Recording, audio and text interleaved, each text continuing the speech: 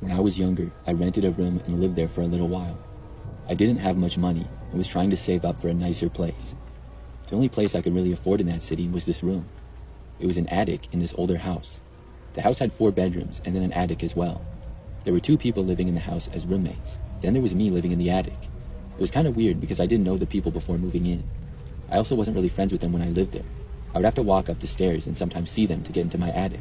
But once inside, in the attic it was basically like a really large room. There was a bathroom attached, and then this tiny kitchen area in the corner. I'd never lived in an attic before, but I didn't mind it too much. The neighborhood seemed nice as well, and it was the typical suburbs with lots of houses nearby.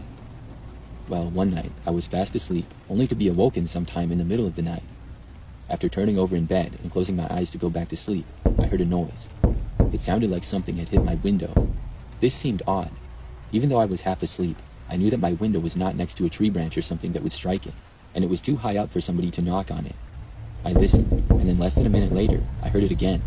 This time, I decided to get up. I walked over and looked out of the window. When I did, I saw this man standing outside. He was in our front yard and next to a tree.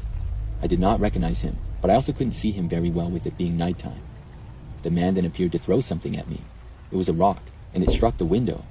Luckily, the rock was not very large, and it didn't break the window. I kept watching, and the man soon tossed another one. This one didn't hit the window, but it hit the roof nearby. I had no idea who this guy was or what he was doing. I was hoping and thinking that maybe some neighbor just got really drunk and was being reckless. I couldn't think of why anybody would want to throw rocks at me. As I continued looking out the window, the man suddenly turned and ran off down the street. Then I just covered up the window with the shades, and then went back to bed and went back to sleep. The next day, I happened to see my roommates when I was leaving, and I asked them if they had seen the guy or heard him. Neither of them had, and I guess they slept through it. So anyways, that very same night, the guy was back. Once more, I was awoken to a small rock being thrown at my window. I woke up and looked out again to see the guy was back. This time, I looked at the clock, and it was sometime after 2 in the morning. The man stood there facing me outside from the yard again.